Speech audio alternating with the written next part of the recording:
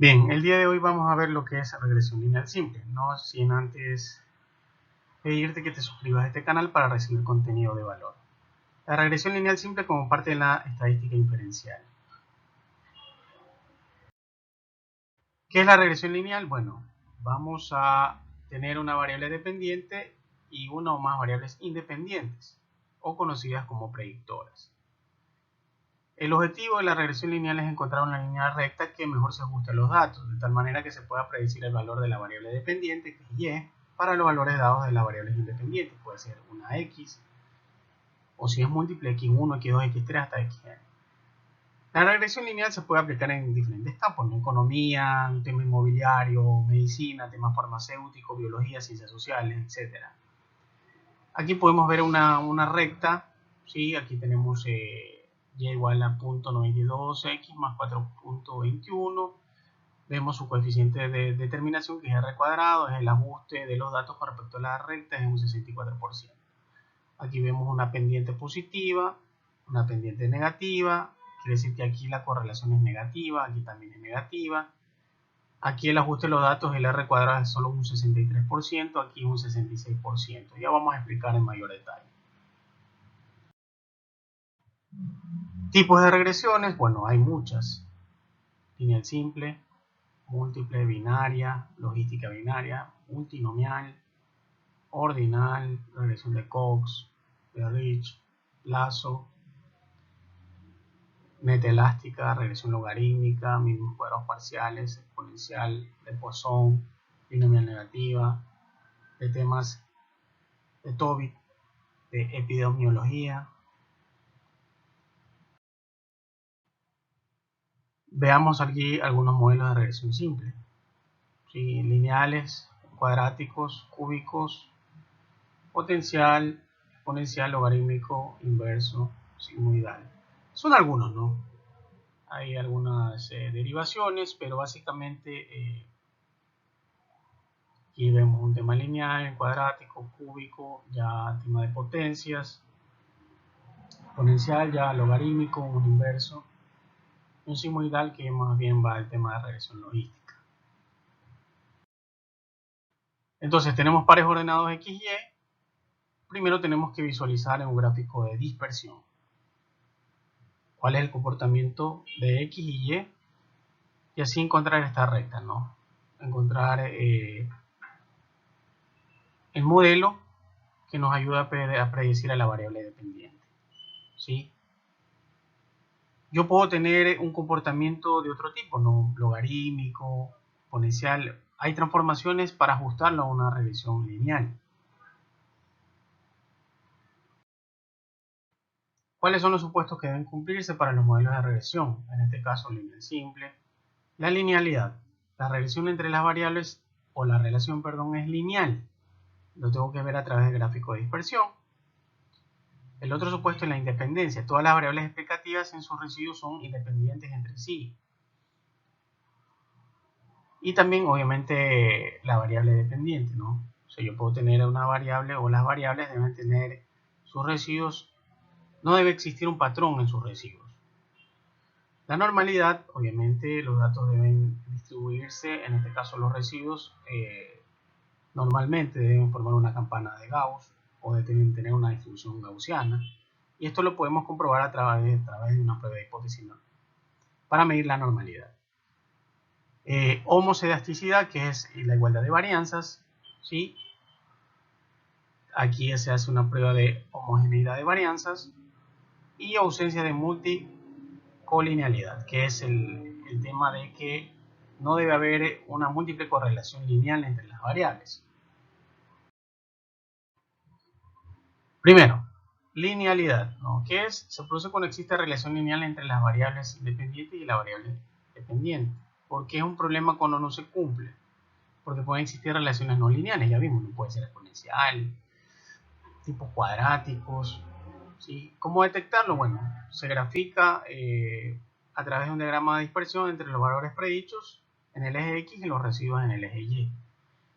¿Qué se debe hacer si se detecta? Bueno, uno debe transformar las variables. Mira, suscríbete a mi canal y veas, puedes encontrar videos sobre transformaciones de variables. Entonces, si no se cumple, yo puedo transformar las variables tema logarítmico, arcoseno cuando son proporciones, inversas, etcétera, ¿no? También yo puedo detectar a través de la correlación entre las variables, la pertinencia de las variables en el modelo. El otro supuesto es la independencia de los residuos. ¿Sí? Este supuesto generalmente no se cumple en datos de serie de tiempo, ¿no? Los cuales tienen una tendencia que llevan a un debido comportamiento. ¿Por qué es un problema cuando no se cumple la independencia? Bueno, puede haber autocorrelación. O sea, es decir, un residuo está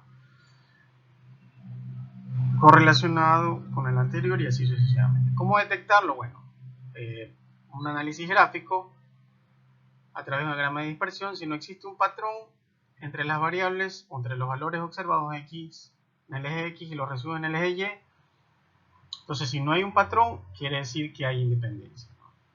O también si yo quiero ya a través de alguna prueba, ¿no? Porque aquí la parte A habla sobre un tema de análisis gráfico. La parte B habla sobre Douglas-Watson, que si es D igual a 2, no hay autocorrelación, por lo tanto hay independencia. ¿Qué se debe hacer si se detecta que hay un tema de dependencia? No aplicar a Cochrane-Orcutt una transformación en las variables. ¿Sí? Entonces aquí vemos unos gráficos, ¿no? Vemos patrones, patrones, patrones. Aquí no hay, ¿no? Aquí no hay un patrón, por lo tanto se dice que ya son independientes. Si no cumplen esto, aquí hay que transformar estas variables, ¿no? Para cambiar este comportamiento. Entonces, este sería el comportamiento, ¿no? Para poder decir que hay una independencia. Y a través de Douglas-Watson. Entonces, Douglas-Watson, ¿cómo se comporta? ¿Cómo se postula? ¿No? Que la hipótesis nula es que hay independencia y la hipótesis alterna es que hay una correlación ya sea positiva o negativa, es decir, una autocorrelación, es decir, cuando tenemos una serie de datos ya con respecto a la independencia de los residuos. Este es de el estadístico de prueba, que hay un ejemplo, ¿no? Tengo R cuadrado que es 48% y Douglas-Watson que es 1.7, lo cual me quiere decir que sí hay independencia. ¿Por qué? Porque el estadístico de Douglas-Watson mide el grado de autocorrelación entre el residuo correspondiente a cada observación y la anterior. Es decir, hay una correlación entre el residuo T y T-1. ¿Sí? Entonces, eso es lo que mide Douglas-Watson. Entonces, si su valor está próximo a 2, como lo es en este ejemplo, entonces los residuos están incorrelados, es decir, no hay correlación, no hay una autocorrelación. Si se aproxima a 4, estarán negativamente autocorrelados, y si su valor es cercano a 0, quiere decir que están positivamente autocorrelados. En este caso es 1.74, que es cercano a 2, por lo que no hay una autocorrelación, indicándonos que hay una independencia entre los residuos, lo cual indicaría que se cumpliría este supuesto. ¿Sí?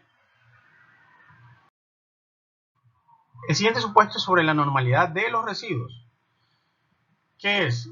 Cuando los residuos del modelo no siguen una distribución normal. Entonces, si no siguen, yo quizás debería transformarlos y quizás ya debería aplicar una estadística no paramétrica, un análisis no paramétrico. Entonces, ¿por qué es un problema cuando no se cumple el tema normalidad? Porque ya no puedo utilizar el ANOVA paramétrico, como decía, ¿no? Y no cumpliría con este supuesto. ¿Cómo detectarlo? Entonces, se calculan los residuos y se verifica visualmente a través del gráfico de cuantiles, cuckooplot. Si este gráfico de cuantiles, los datos no se ajustan a esta recta, quiere decir que gráficamente no seguirían una distribución normal. Para tener una mayor precisión, ya hago una prueba. Shapiro-Wilk cuando la muestra es menor a 50 o con Mogorodov-Smirnov cuando la muestra es mayor a 50. ¿Sí? Entonces allí me van a dar dos valores que me van a indicar, bueno, sí, los datos siguen una distribución normal, es decir, los residuos, o no siguen. Pero ya hago una prueba, porque acá es un tema ya visual, gráfico. ¿Qué se debe hacer si se detecta que no hay esta normalidad, ¿no? Aplicar transformaciones, ¿no? Logarítmico, arcoseno, raíz cuadrada, inversas, aumentar el tamaño de muestra. Si ya con esto no se puede, ya tendríamos que hacer un análisis no paramétrico.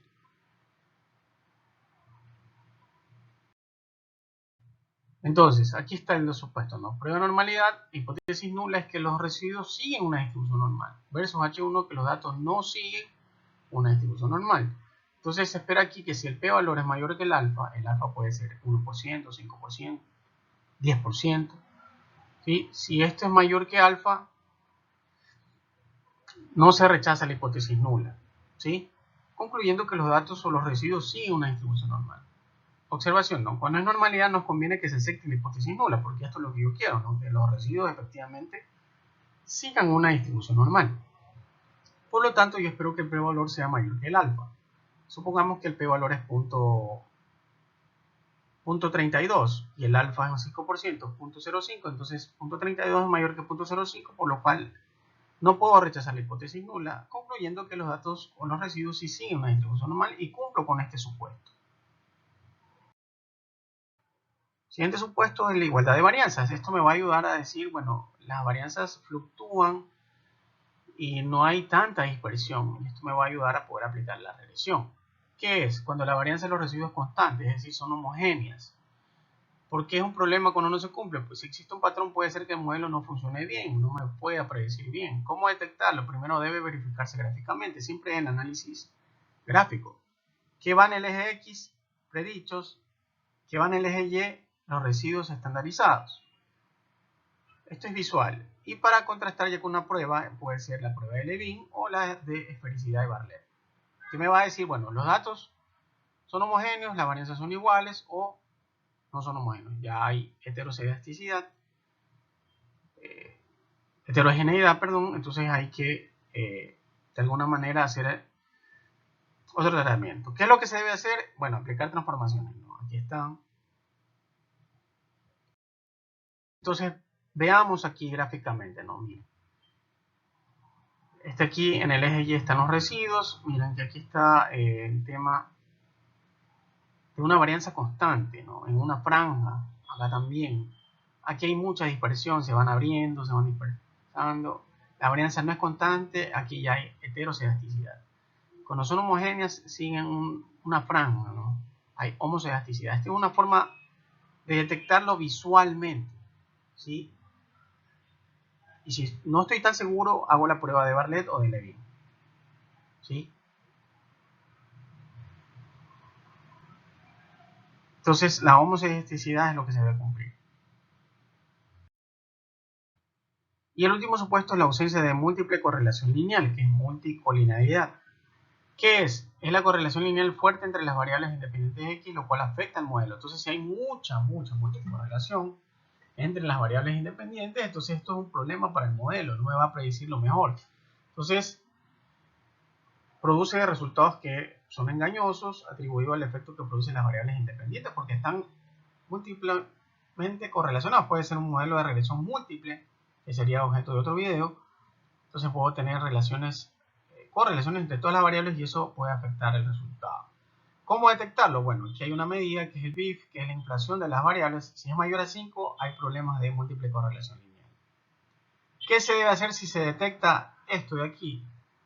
Una múltiple correlación es aumentar el tamaño de muestra y excluir variables redundantes. Supongamos que el modelo es múltiple, regresión lineal múltiple. Tengo 6 variables independientes, es decir, x1, x2, x3, x4, x5, x6.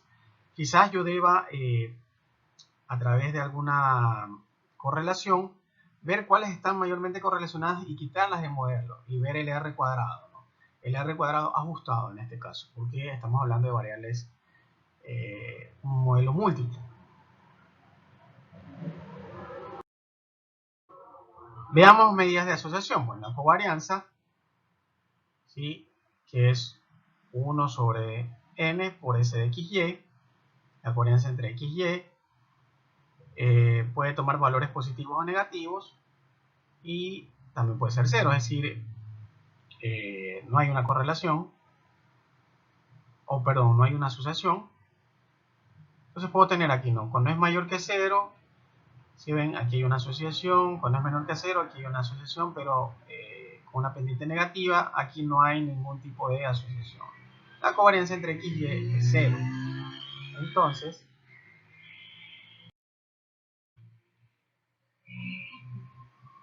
Interpretémoslo. Cuando la covarianza es positiva significa que ambas variables tienden a variar de la misma forma. Hay una asociación positiva.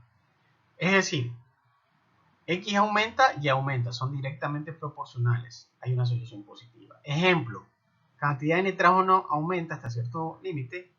Aumenta la altura de la planta. ¿Qué pasa si la covarianza es negativa? Si una variable aumenta, la otra disminuye o viceversa. X aumenta y Y disminuye, son inversamente proporcionales. Hay una asociación negativa. Ejemplo, cantidad de dosis de un fungicida para controlar un hongo y disminuye el daño que causó un hongo, es decir, aumentó el fungicida, lo cual hace que disminuya el daño. Entonces son inversamente proporcionales. La una crece, la otra decrece.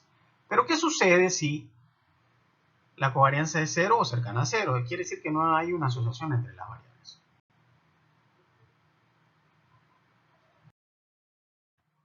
Veamos la siguiente medida de asociación, que es el coeficiente de correlación lineal entre X y Y. Entonces aquí está la definición, que sería ρ igual, o ρ de XY es igual a S de XY sobre la raíz de CXX por S de YY. Entonces, como ya habíamos dicho, la correlación está entre menos 1 y 1 y sirve para estudiar la existencia de la relación lineal entre X y Y. Tipos de coeficientes de correlación lineal. Pearson, variables cuantitativas, ya sea discreta o continua, mayormente cuando son continuas. Si son discretas deben cumplir con la normalidad. Caso contrario, se utiliza Spearman o Kendall. Spearman es una prueba de correlación, pero no paramétrica, es decir, las variables no guardan o no siguen sus residuos una distribución normal. Entonces puede ser una variable cuantitativa con otra cualitativa. Y la de Kendall también es una prueba de correlación, pero no paramétrica, es decir, sus datos, sus variables no guardan o no siguen una distribución normal. Puede ser variables cualitativas y su correlación es medida a través de rangos. Interpretación. Si va entre menos 1 y 1, quiere decir que si es menos 1 hay una correlación negativa perfecta. Si es 0, no hay correlación entre las variables X y Y, es decir, agua y aceite, no hay una relación. Si es 1, es una correlación positiva perfecta, es decir, hay una relación directamente proporcional. Si es menos 1, es una relación inversamente proporcional. Aquí la pendiente de esta recta va a ser negativa. Aquí la pendiente de esta recta va a ser positiva. Aquí la relación es inversa, aquí la relación es directamente proporcional. Una variable crece, la otra también. Acá una crece, la otra decrece, o una decrece y la otra crece.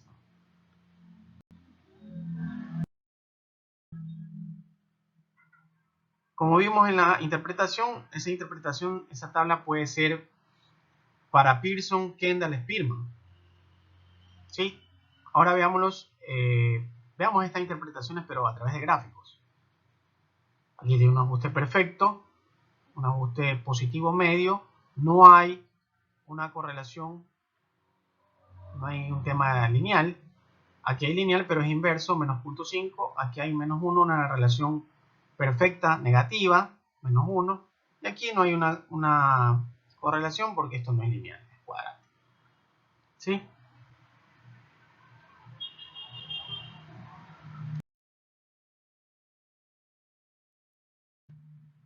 Hay un contraste de hipótesis estadística sobre los coeficientes de correlación, porque yo puedo tener una correlación y me puedo preguntar, bueno, ¿es significante esta correlación?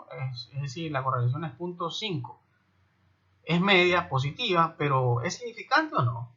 O 0.3, muchas personas se preguntan eso. O puede ser negativa, menos 0.45. Es un 45%, pero negativamente asociadas. Pero ¿es significante o no? Es fuerte, débil, pero ¿es significante? Bueno, aquí hay un contraste de hipótesis. Hipótesis nula, que la correlación es nula. Hipótesis alterna, que la correlación es diferente de nula o diferente de cero. Puede utilizarse el 1%, el 5% o el 10% de significancia. Donde el p-valor es menor que alfa, si se cumple esta desigualdad, entonces rechazo la hipótesis nula y acepto la hipótesis alterna, llegando a la conclusión de que la correlación que ha obtenido sí es significante. Supongamos que es 0.6. Si hago este contraste, quiere decir que efectivamente esta correlación de 0.6 sí es significante. Si me hubiera salido que aceptaba H0, bueno, no era significante.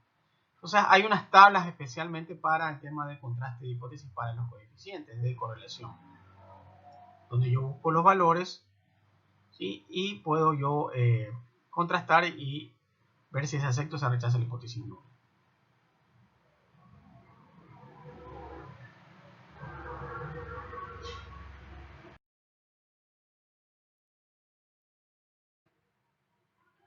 Hablemos ahora sobre el coeficiente de determinación, que es R cuadrado. Se define como el coeficiente de determinación al cuadrado del coeficiente de correlación. Muchas personas no saben esto. O sea, el cuadrado del coeficiente de correlación en sí es el coeficiente de determinación. Pero el coeficiente de correlación mide la asociación de las variables, pero el coeficiente de determinación mide el ajuste, ¿sí? Mide el ajuste de los datos con respecto al modelo, ¿sí? Entonces tenemos aquí R cuadrado, que sería S de X y al cuadrado sobre S de XX por S de Y. R cuadrado se mueve en este intervalo entre 0 y 1.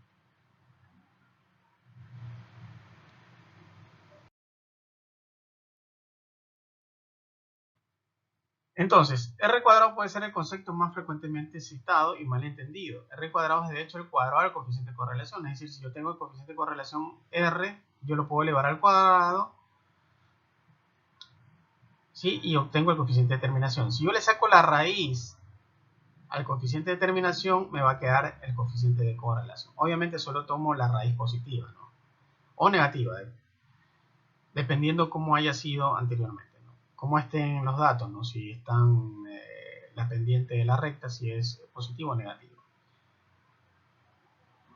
¿Cómo se interpreta el R cuadrado? Es la fracción de la variabilidad total en los valores de Y cuando se ignora X, que se explica por la regresión de Y sobre X, es decir, cuando se usa X para predecir Y. El rango de R cuadrado ya vimos que está entre 0 ajuste, y si es 1 es un ajuste perfecto. Se representa la proporción de variación dada por la regresión. Se interpretan los valores de R cuadrado como, si R cuadrado es 0, la regresión no explica nada de Y a partir de los X. Si es 1, es algo perfecto. La regresión representa un ajuste perfecto y depende, perfecto de Y depende de X, ¿no? Y si es 0 o aproximadamente 0, baja capacidad explicativa de la recta. Si es cercano a 1, alta capacidad explicativa de la recta. Entonces el R cuadrado se espera que sea alto, ¿no? 0.8, 0.9, quiere decir que hay un ajuste perfecto del modelo, o se acerca a la perfección. 0.8 es un buen ajuste.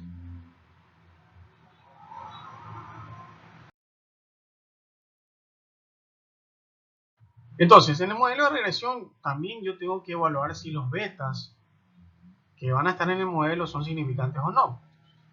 Entonces tengo la hipótesis nula de que beta i es 0, es decir, no es significante, y beta i diferente de 0 que sí es significante. Asimismo, puedo utilizar diferentes niveles de significancia, los más populares son estos, y aquí está la condición para aceptar o rechazar. ¿Sí? Entonces en este caso, yo puedo comparar a través del p-valor o también a través de la t-student, comparar si es que los betas son significantes o no. En el caso de la t-student, el valor absoluto de t tiene que ser mayor o igual a 2 para que haya una significancia. Es decir, ese beta, que es un coeficiente, sí es significante y va a estar en el modelo. Si no, caso contrario, voy a tener que retirarlo del modelo. Entonces, la regresión lineal simple, ¿no? Donde y es la variable dependiente y x es la variable independiente. Entonces veamos este caso específico donde tengo un y un x, explicado por un x. Entonces tiene que haber una relación de tipo lineal donde tengo este modelo, ¿no? Este modelo estadístico, y sub i igual a beta 0 mayúscula más beta 1 por x más un error aleatorio o ruido blanco. Entonces aquí este es el modelo, ¿no? Beta 0 mayúscula, beta 1, y. Entonces aquí hay que hacer una aclaración. Por lo general uno ve y a veces no ve el error. Cuando yo utilizo un método de mínimos cuadrados, ya el error desaparece porque el mínimo cuadrado trata de minimizar los errores. Entonces va a quedar en función de y estimado de beta 0 más beta 1x, donde betas ya van a aparecer de forma minúscula y y va a ser ya estimado. Entonces el error ya está asumido por la determinación del método de mínimos cuadrados. Entonces, aquí lo que tenemos que estimar es beta 0 y beta 1 para poder identificar el modelo. Entonces, para poder estimar este beta 0 y beta 1 y absorber el tema de o minimizar los errores, se utiliza el método de mínimos cuadrados.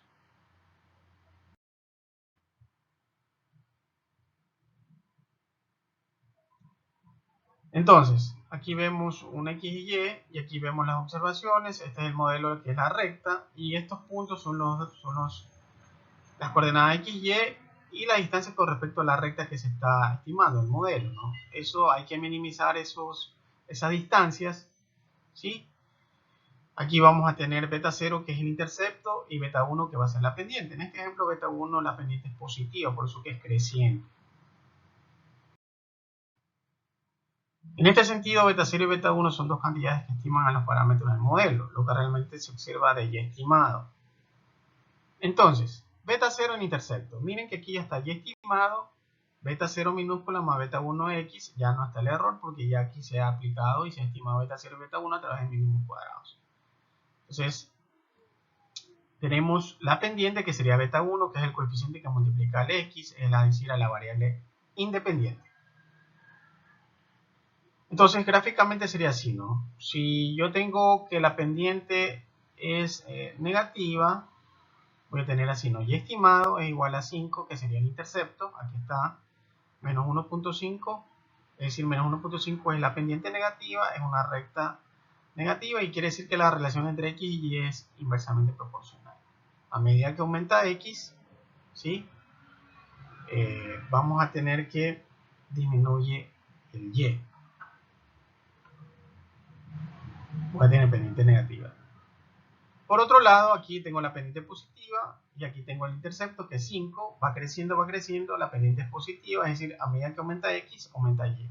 Aquí la relación entre x y y, a través puede ser de la covarianza o de la coeficiente de correlación lineal, va a ser positiva. ¿Sí? A medida que aumenta x, aumenta y, una relación directamente proporcional. Pendiente positiva. Veamos algunos ejemplos de regresión lineal y su aplicación.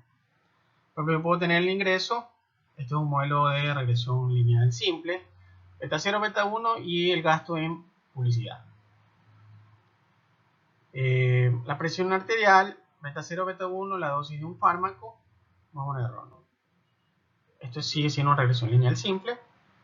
Aquí vemos el rendimiento de un cultivo, pero aquí esto ya es múltiple, ¿no? Tengo este x1 y este x2, que viene a ser con tres coeficientes, beta 0, beta 1 y beta 2, la cantidad de fertilizante, que puede ser nitrógeno, potasio, etc., y la cantidad de agua, la lámina de agua que puede existir, más un error, ¿no? Miren este modelo y esto es regresión lineal múltiple. Puntos obtenidos, puede ser yoga, las sesiones de levantamiento de pesas, esto ya es regresión lineal múltiple, ¿sí? Tengo un x1 y un x2 y tengo tres coeficientes.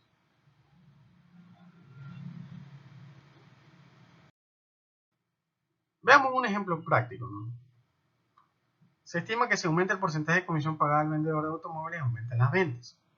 Entonces tenemos 15 concesionarias similares. X, comisiones pagadas a vendedores de autos en un mes, porcentaje, y Y, ganancias netas por ventas, aquí está en millones de dólares.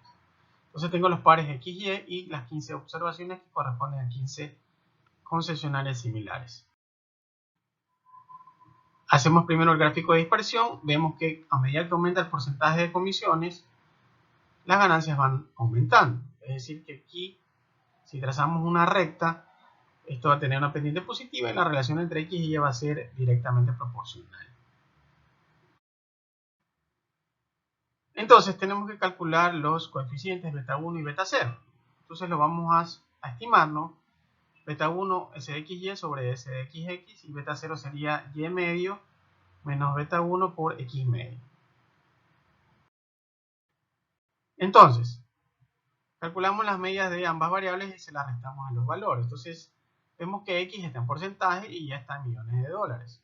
¿De dónde salieron estos datos? Bueno, de esta tabla, ¿no? Tengo las observaciones que son las 15 concesionarias la media en porcentaje de comisión, 5.37%, Y, que sería en millones de dólares, 16.15 millones de dólares, y aquí a cada X le resto su media, a cada Y le resto su media, y a cada X menos su media lo elevo al cuadrado, y así Y menos Y medio al cuadrado, y después resto esta columna por esta, y encuentro respectivamente S de XX, S de YY y S de XY. Este es S de XX porque aquí está X menos X medio al cuadrado. Y este se llama S de YY porque es Y menos Y medio al cuadrado. Y aquí S de XY porque tengo X menos X medio por Y menos Y medio. Entonces, esta tabla me ayuda a mí a simplificar mucho cálculo. Y tengo aquí 39.6 que viene a ser la sumatoria de todos estos 15 datos. S de YY viene a ser la sumatoria de estos 15 datos. Y S de XY viene a ser la sumatoria de estos 15 datos. ¿Sí? Entonces, con esa información calculemos beta 0 y beta 1. Entonces, para calcular beta 0, primero debo calcular beta 1, que es S de XY sobre S de XX. Vamos reemplazando. S de XY viene a ser 126.04 sobre S de XX, que es 39.6. Me da 3.182. Con esa información calculo beta 0. Tengo Y medio, que es 16.15 menos 3.182 por 5.37, que viene a ser 5.37, viene a ser X medio, que está aquí. Dándome que beta 0 estimado es menos 0.937.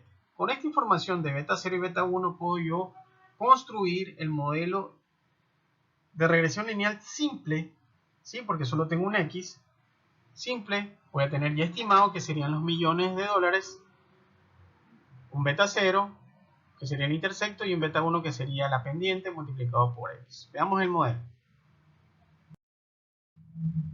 Entonces, tengo 15 datos y aquí está el modelo. Y estimado sería menos 0.937 más 3.182x.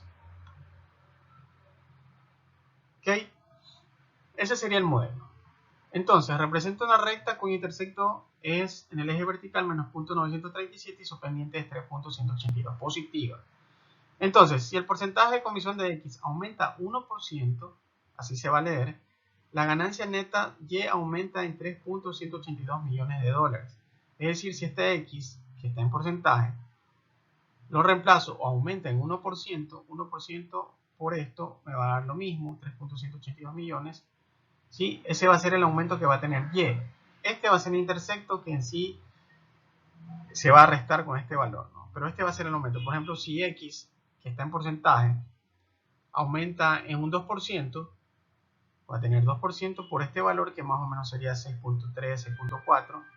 6.4 menos 0.97, ese va a ser el nuevo Y, que sería la nueva ganancia neta en millones de dólares, ¿sí? Que serían 5, más o menos 5 millones de dólares. Entonces, dependiendo del X, si la comisión aumenta en un 3%, por ejemplo, ya sería aquí aproximadamente 10, menos esto me da 9, entonces quiere decir que la ganancia neta predicha sería más o menos 9 millones, ¿sí?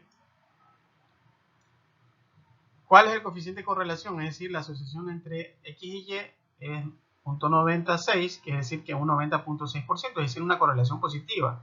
Si X aumenta, Y también aumenta. Si la comisión aumenta, la ganancia aumenta. ¿Sí? Lo cual acabamos de decir que es alta y positiva. Entonces, tenemos S de XX, S de YY y S de XY. Entonces vamos calculando el coeficiente de determinación, que me da 0.82, lo cual me dice que el ajuste es muy bueno y el modelo me va a dar buenos resultados, ¿sí?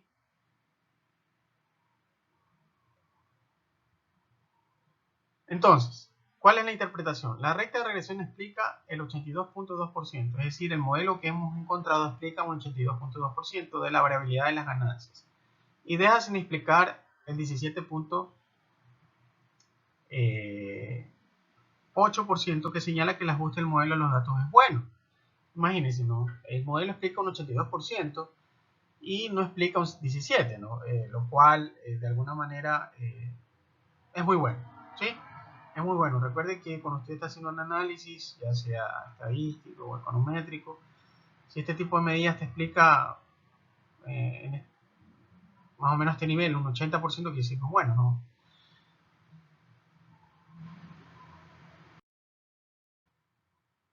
Aquí veamos una introducción de lo que sería la regresión lineal múltiple, ¿no? Supongamos que tenemos X variables independientes y tenemos un Y, la variable dependiente. Entonces tenemos X1, X2, X3 hasta X sub K variables independientes. Entonces se sabe que la relación es de tipo lineal dentro del rango de los datos. Vamos a establecer un modelo que explica Y en términos de los efectos de las X. Entonces, por ejemplo, tengo aquí, ¿no? Y igual a beta 0 más beta 1 X1, así hasta beta sub K, X sub K, más un error aleatorio. Entonces, voy a tener múltiples coeficientes betas y asimismo como variables independientes X.